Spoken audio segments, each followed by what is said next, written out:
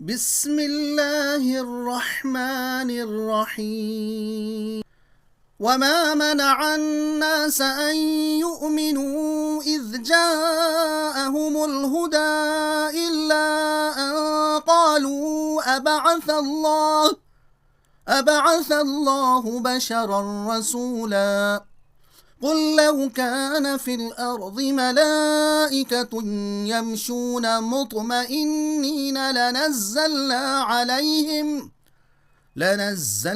عليهم من السماء ملكا رسولا.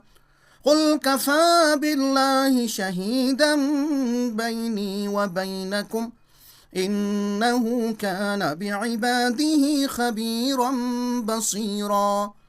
ومن يهد الله فهو المهتد ومن يضلل فلن تجد لهم أولياء من دونه ونحشرهم يوم القيامة على وجوههم عميا وبكما وصما مأواهم جهنم كلما خبت زدناهم سعيرا.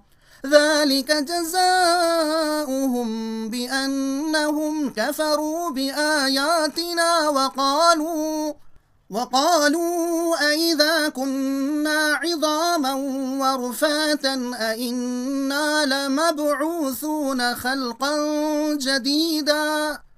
أولم يروا أن الله الذي خلق السماوات والأرض قادر على أن يخلق مثلهم وجعل لهم أجلا لا ريب فيه فأبى الظالمون إلا كفورا.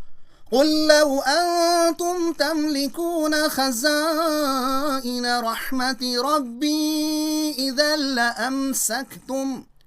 إذا لأمسكتم خشية الإنفاق وكان الإنسان قتورا.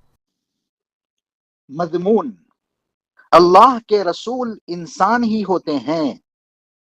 क़ियामत का इस्बात मतलब हर जमाने के जाहिलों को इस बात पर ताज्जुब होता है कि बशर किस तरह अल्लाह का रसूल हो सकता है। हालांकि रसूल का काम सिर्फ पैगाम पहुंचाना ही नहीं है, बल्कि हर शोबे जिंदगी में अल्लाह के अहकाम पर खुद अमल करके दिखाना भी है। इसलिए रसूल बशर ही होता है।